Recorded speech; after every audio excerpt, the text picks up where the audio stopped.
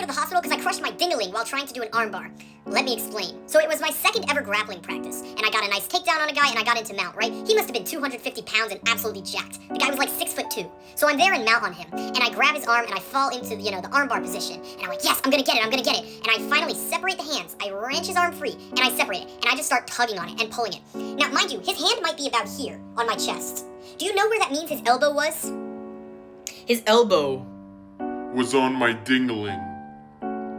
Now, I didn't know the mechanics. I was just trying to wrench that arm and try and get him to tap, and I just kept pulling and pulling and pulling. And I just kept crunching and crunching and crunching. And you know what happens? Pop.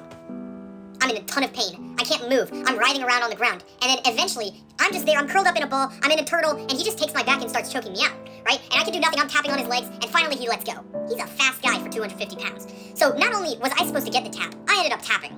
But what happened? I ended up pulling so hard that I crushed him. And I am never going back to grappling again. I understand now why people say that jiu-jitsu is a bit of a zesty sport, Because this shit wouldn't happen in boxing, okay? This is not happening in Muay Thai. It's only when I decide to go to grappling that these things happen. I am never going back to grappling ever again. I'm doing stand and bang for life. Oh my gosh.